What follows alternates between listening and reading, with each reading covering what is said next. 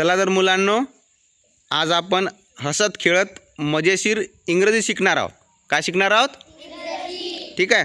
वस्तू कुठे आहेत हे सांगण्यासाठी वापरल्या जाणाऱ्या काही शब्दांचा अर्थ आपण कृतीतून जाणून घ्यायचा आहे. कशातून? ओके, चला तर मग आपण शिकूया का? काय शिकणार आहोत आपण? प्रेपोजिशन. काय शिकणार आहोत? रेडी आहात मग तुम्ही सगळे? चला करूया. हां, ठीक आहे. ॲक्टिंग करायची आता. Over, on, under, in, out, near,